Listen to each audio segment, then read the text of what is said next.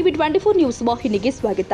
ಕದ್ರೆ ನಿವಾಸಿ ರಿಷೆಲ್ ಡಿಸೋಜಾ ಆತ್ಮಹತ್ಯೆ ಪ್ರಕರಣಕ್ಕೆ ಸಂಬಂಧಪಟ್ಟ ಹಾಗೆ ರೀನಾ ಹಾಗೂ ಕ್ರಿಸ್ತೋದ ಡಿಸೋಜಾ ಪುತ್ರಿ ಡಿಶೆಲ್ ಡಿಸೋಜಾ ಪ್ರಕರಣ ಸಂಬಂಧಿಸಿ ಕದ್ರಾ ಪೊಲೀಸ್ ಠಾಣೆಯ ಪಿಎಸ್ಐ ಸುನಿಲ್ ಬಂಟಿವಡ್ಡರ್ ಸಸ್ಪೆಂಡ್ ಆಗಿದ್ದಾರೆ. ಪ್ರಕರಣದ ತನಿಖೆಯಲ್ಲಿ ನಿರ್ಲಕ್ಷ್ಯ ಮಾಡಿದ್ದಾರೆ ಎಂಬ ಆರೋಪದಡಿ ಸಸ್ಪೆಂಡ್ ಮಾಡಲಾಗಿದೆ.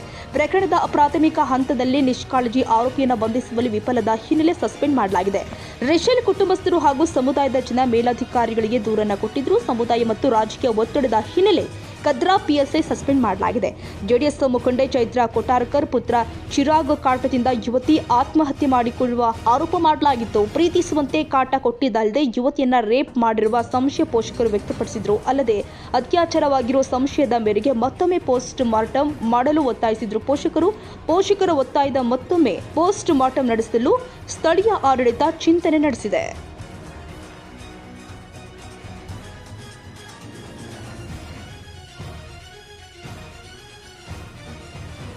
ಕನ್ನಡಿಗರ ಮೆಚ್ಚಿನ ನಿಮ್ಮ ಟಿವಿ 24 ಕನ್ನಡ ನ್ಯೂಸ್ ವಾಹಿನಿ ಇದೀಗ ಟಿವಿಯಲ್ಲಿ ಲಭ್ಯ.